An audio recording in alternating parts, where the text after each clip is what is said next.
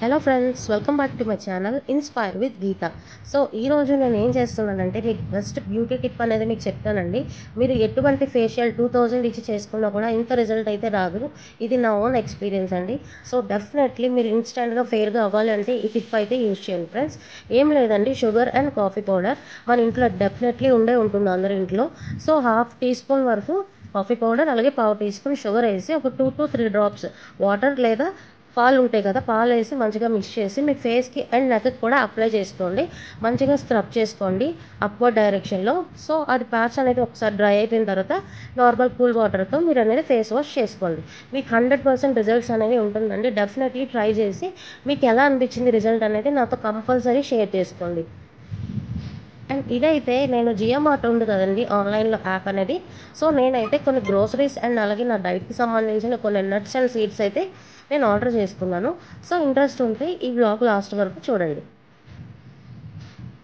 So Jio mart అనేది నాకైతే చాలా ఇష్టం అండి యాప్ అనేది. ఎందుకంటే మనం బయటికి వెళ్ళలేని సిచ్యువేషన్స్లో ఇలా మనం ఆర్డర్ చేసుకోవడం వల్ల వాళ్ళు డోర్ డెలివరీ చేస్తారు, అది కూడా కంప్లీట్గా ఫ్రీ షిప్పింగ్ కదా. సో నేనైతే 100% జియో మార్ట్ నేనైతే కంపల్సరీ జియో మార్ట్లోనే షాప్ చేస్తానండి. నాకు చాలా ఫేవరెట్ యాప్ అని చెప్పుకోవచ్చు. మీలో ఎంతమంది జియో మార్ట్ యాప్ అనేది యూజ్ చేస్తారో నాకు కామెంట్ సెక్షన్లో చెప్పండి. ఇందులో ఐటమ్స్ కూడా మనకి చాలా బాగుంటాయి, అన్నీ అవైలబుల్ ఉంటాయండి, అన్నీ కూడా ఉంటాయి. అలాగే ఆఫర్స్ కూడా చాలా బాగుంటాయి అండ్ క్వాలిటీ కూడా చాలా మంచి క్వాలిటీ అనేది మనకు డెలివర్ చేస్తారు.